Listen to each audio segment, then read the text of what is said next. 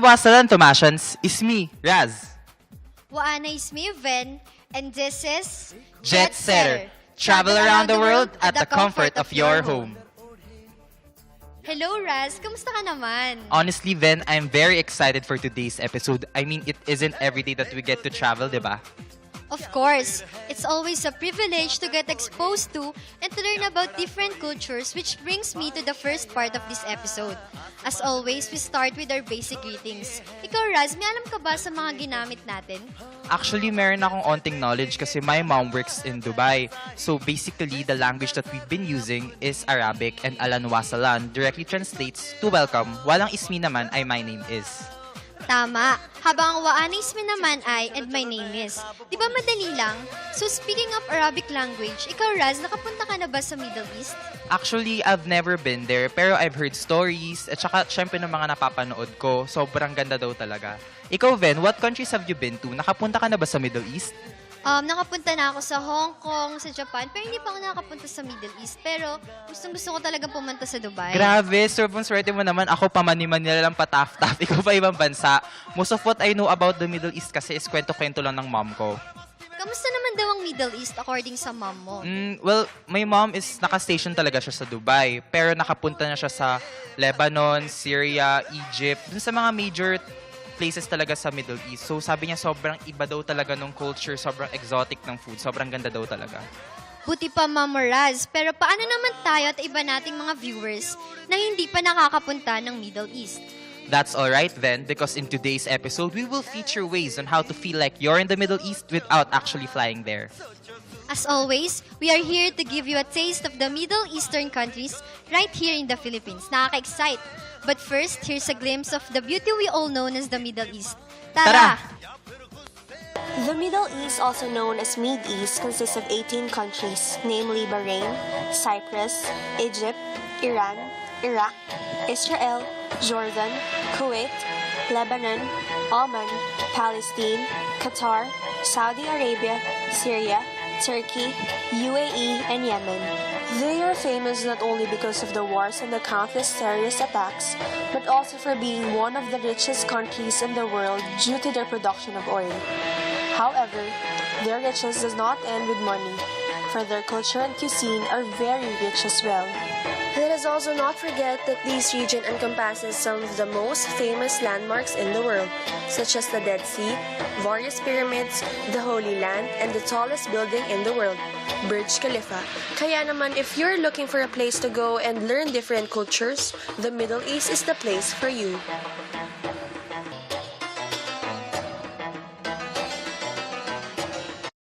Grabe, sobrang ganda pala talaga ng Arab countries sa Middle East. There's so much color and vibrancy in their environment as well as their cultures. Tama ka dyan, Ven, pero they aren't known for just their religions, di ba? Oo nga, they're also known for the delicious food, having the tallest building in the world, and as well as the most luxurious hotels. Pero teka muna mga Thomasians, paano naman kaya ang mga fashion nila? Do we really understand the culture and tradition behind these beautiful garments? But not to worry, for our team is about to show you just that. Let's watch this. Masa Alfier mga Tomasino, is me Christine Shatton and I will be guiding you as we go on a trip to Middle East here on Panorama. Do you guys know that the Middle East is now making a lot of noise when it comes to the fashion industry? Especially Dubai. The designers have been gaining international spotlights because of their elegant and high-end fashion clothes. At alam nyo ba na may isang Filipino designer na sumikat na sa Dubai? I guess you guys have heard of him. He is Michael Cinco. He designed and created the gowns of Marian Rivera for her wedding and Julia Barreto for her debut. But before he made gowns for these Filipino beauties, he first worked with Tyra Banks on an episode of America's Next Top Model Season 16. But wait guys, hindi lang syempre puro modern clothes meron ang Middle East. They also have traditional clothes which are mostly worn by people in countries in which they strictly follow Islam scriptures. Meron tinatawag na abaya at hijab or tarha for the women at meron namang thobe for the men.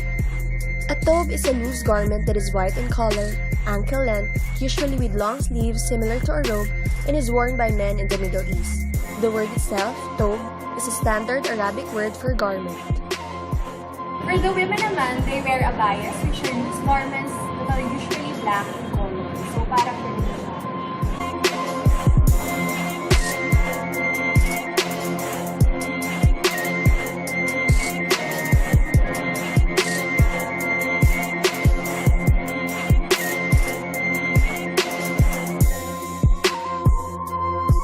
Some wear hijabs or tarhas to cover up the women's hair.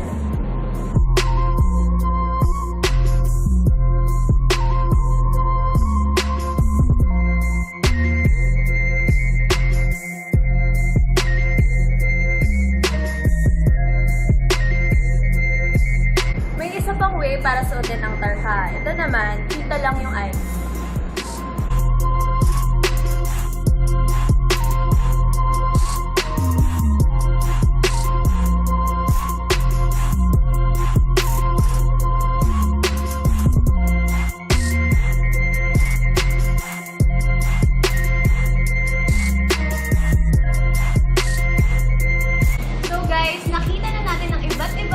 Clothing sa Middle East at nalaman din natin na meron palang iba't ibang ways para suotin ang tarha.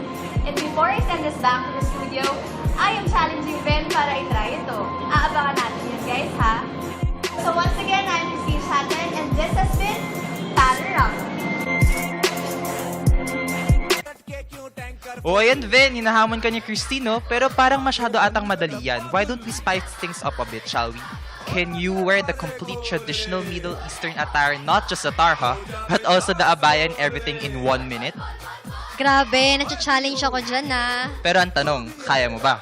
Challenge accepted, of course. Kaya Yes, yan. that's more like it. So, here with us today is Iris May Magaro, a former resident from Riyadh. So, hi Iris. Hi. Hi, Iris. So, yan, ayan yung abaya. You have to wear this in 1 minute. Ready ka na ba? So, 1 minute on the clock. So, ready, set, go! So, bakit nga ba, Iris, kailangan, ano ba ng mga abaya, ganyan? Ano ba siya? Yan. Ang abaya is a loose garment, usually worn sa Saudi. So, usually, black talaga siya. So, yung mga nakikita natin sa TV na iba-iba yung kulay. Medyo pati ako, nagulat ako na iba-iba yung kulay. Pero kami talaga usually, it's color black. Ano ba, ba't ba kailangan mag-abaya? Ano ba yun? Ano siya eh? Parang, well, hindi naman sa buong mundo nagsusot ng ganyan. Sobrang centered niya lang sa Saudi Arabia. Naniniwala kasi sila na ang mga babae dapat very conservative and very modest. Kaya ayun. Kailangan talaga natatakpan yung mukha nila, gano'n. Pati ako, nung nandun ako, nagsusuot ako ng ganyan. Pero hindi naman ako nagtatakip ng mukha. Grabe, go, Ben! Kaya mo yan. Kaya mo yan. So ayun, tuwing lumalabas, lagi ako nakaganyan. Kasi culture talaga nila eh. So kahit hindi ka local, kailangan magsuot ka niyan. Oh, nagawa mo ba siya, Ben? Ilang minutes na po. Ay, tapos na po. At least nasuot mo ng abaya. So, anong naramdaman mo nung sinusuot mo siya? Kamusta naman nung... Okay ba? Oo, like, anong feeling mo, ganun? Wait, nahirapan ako.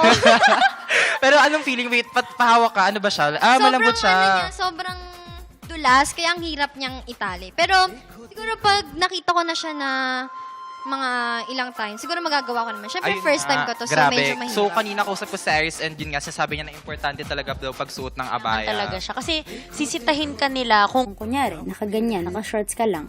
Sobrang ipasisita ka talaga nila. Kailangan talaga nakaganyan tuwing lumalabas. Yun. So, ayan guys, I hope you all enjoyed watching Ben's challenge. As much as I enjoyed taking part in it, we now also have a glimpse of the fashion of sa Middle East.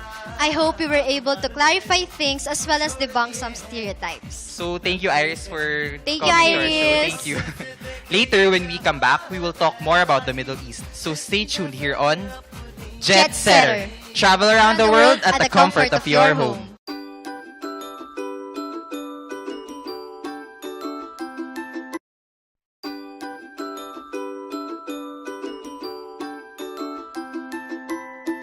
And we're back here at Jetsetter. So earlier, we got a glimpse of the Middle East in all its beauty that some of us may not have even expected. We also got to learn about their fashion as well as the religious traditions that have anchored this. Ngayon naman, as promised, we will talk more about the Middle East. We have prepared 5 very fun and interesting facts about these clusters of beautiful countries. Tama ka dyan, Raz. These are trivias and information that will make you say, what the fact? So why don't we get things started? For our first super fun fact, did you guys know that you could actually buy a gold bar from an ATM machine in Abu Dhabi? Grabe! Sobrang ganda Sabay yan. pa tayo. Oo, kasi hindi ako makapaniwala, di ba? Actually, kung yung ATM machine na yan nandito sa Pilipinas, for sure nanakaw na agad yan, di ba? Actually- wala pang isang minuto. Pero ikaw ba, Ben, nakakita ka na ba talaga ng gold bar? Hindi pa. Ang nakikita ko na lang, syempre, yung mga gawang jewelries na tulad ng necklace, earrings, Sa watch, mga ganun. mga ganun na. Okay, sige. Maganda tong susunod na fact na to, and for sure, a lot of you guys will start putting this on your bucket lists. Did you know that in Morocco, they have raves in the desert? Oh my gosh, totoo ba to?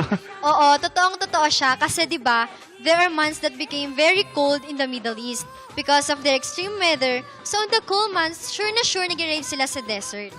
Grabe, imagine mo yun. I mean, syempre malamig, tapos sa desert, na-try mo na ba pumarty? Kasi usually, sikat na sikat pagpa-party ngayon, pero sa loob.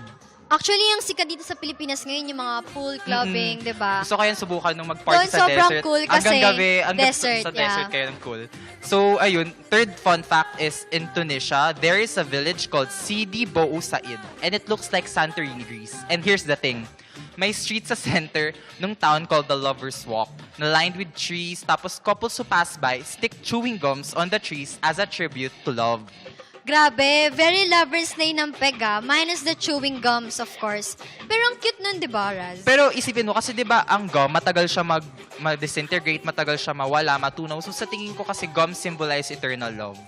Dito kasi sa Pilipinas, yung mga gums na makikita mo na lang sa mga ilalim na upuan. Sa sinihan. Nanonood ka ng sine, di ba? Pag ganun mo sa ilalim, wow, chewing gum. Ito, ang kulit nito. So apparently, sa Cairo, Egypt, sa sobra nilang love mag-fishing, nag-fishing sila sa May Abbas Bridge, which is a major highway. So imagine mo na lang, sa sides ng highway na sobrang daming approaching cars, ang daming tao sa sides nag-fishing sa Nile River. Grabe, nakakagulat. Imagine mo driving in the highway, tapos bila makikita ka na lang, oh, may nag-fishing sa gilid. Ang cool naman nun. Sobrang social nila. Sa Nile River pa sila nag-fishing, di ba? Actually, wow. Mala history pala yun. Sobra. And for our last fun fact, but definitely not the least, is you could actually legitimately ski indoors. Yes, you heard it right, Thomasians. Dubai has an indoor skiing resort called Ski Dubai. Who said you had to travel all the way to Europe to ski? Meron na pala dito sa Asia. Sobrang nakaka-overwhelm yung mga pwedeng makita at gawin sa Middle East. Totoong gusto ko na talaga pumunta sa Middle East, Raz. Actually, totoo dyan. Imagine mo, nagsiski ka loob. Nakapag-ski ka na ba, Ben? Hindi pa ako nakipag-ski kasi mga nagaganyan pang, alam mo na, rich, mayaman, di ba? Pero we don't have to go to Europe na Asia. Tara, punta tayo Middle East minsan. Di ba? Ang cool naman. So, and there guys, we are now at the end of What the Fact. So by now, I'm sure gutom na kayo. Ikaw, Raz, ano bang mga food sa Middle East yung gusto mo? Well, pag nagkukwento si mom, ganyan, pag nagkukwento siya, usually ang palaging na sasabi niya is shawarma. Sobrang sarap daw ng shawarma. Tsaka meron din silang cuisine tawag biryani. It's sobrang difficult niya lutuin, pero sobrang sarap and sobrang weird yung lasa, pero exotic ng flavors. Sobrang kakaiba ng mga names sa kanila, di ba? Biryani, shawarma, Di ba actually. mahilig sila sa onions, sa mga spices, Sa mga chili, yes, sa mga yes. maanghang? Diba? So, and to give you a few options to satisfy your cravings, let's all watch this. Assalamualaikum mga Thomasino. Have you ever heard of hummus? Kibe? No? Well, I guess you have heard of shawarma, right? And by mentioning those, you know where I'm taking you next on a food trip. Here on Take Off.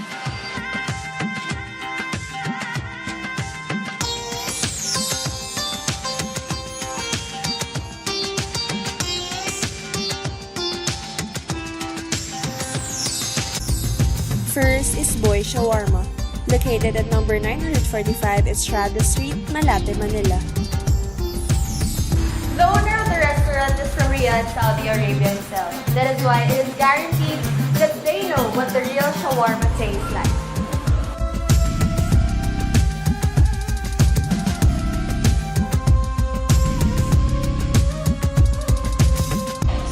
have here are afnan, roasted, shawarma, and shawarma rice. And I heard from some of my friends na yung garlic mayo nila is sobrang authentic talaga ng lasa. And talagang maaalala mo daw talaga yung food sa Middle East. So, let's try it!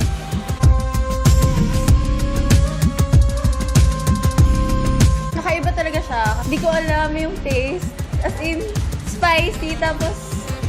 Pero parang na rin siyang typical na chicken, na fried chicken. Pero iba nga kasi nga, yung dip mo is not gravy. Garlic mayo siya. So, masarap naman. Then, medyo may spiciness. So, next is afnan. So, parang siya grilled chicken with rice. Pero, syempre, may twist siya kasi yung beef niya is garlic mayo. Let's try it.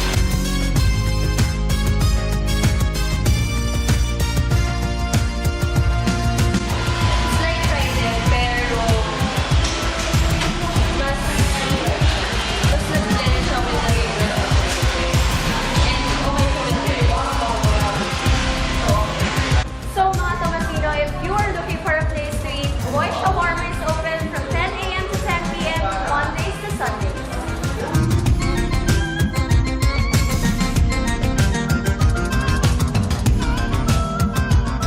Hi guys! So ngayon, nandito na ako sa second food place na itatry natin, ang Meshwi. Meshwi is a Middle Eastern/Lebanese restaurant owned by Nathaniel and Noel Meneses, who both graduated with a degree from our very own College of Tourism and Hospitality Management. After graduating, Nathaniel worked and trained in Jeddah, Beirut, and Dubai before coming back in Manila and opening up their business, Meshwi. So guys, we have another set of food to try. So let's start with samosa. It's either filled with cheese or meat. So let's try it.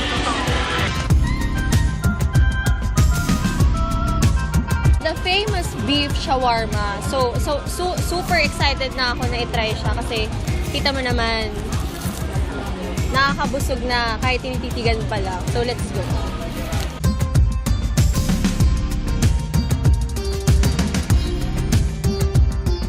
Kakaiba yung blend ng veggies sa beef. Parang may spiciness na hindi ko maintindihan, pero sobrang sarap niya. And mas sasarap siya syempre pag dinagdagan natin ng garlic mayo.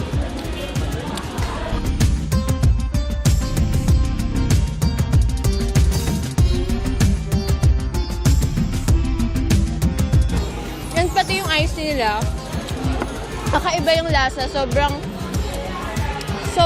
naghahalo-halo yung flavors. Sobrang authentic. Sobra. Must try talaga siya. So guys, there you have it. If you want to have a taste of what authentic Mid-Eastern food is, go check out Boy Shawarma and Meshwi. So once again, I'm Trishabele and this has been Take Off.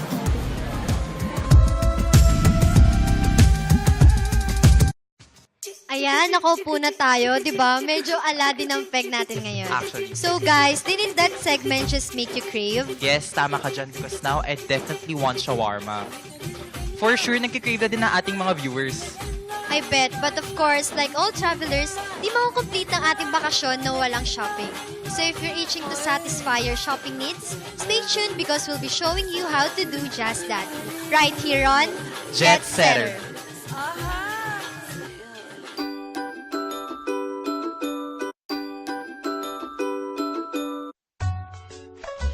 And we're back here at Jetsetter.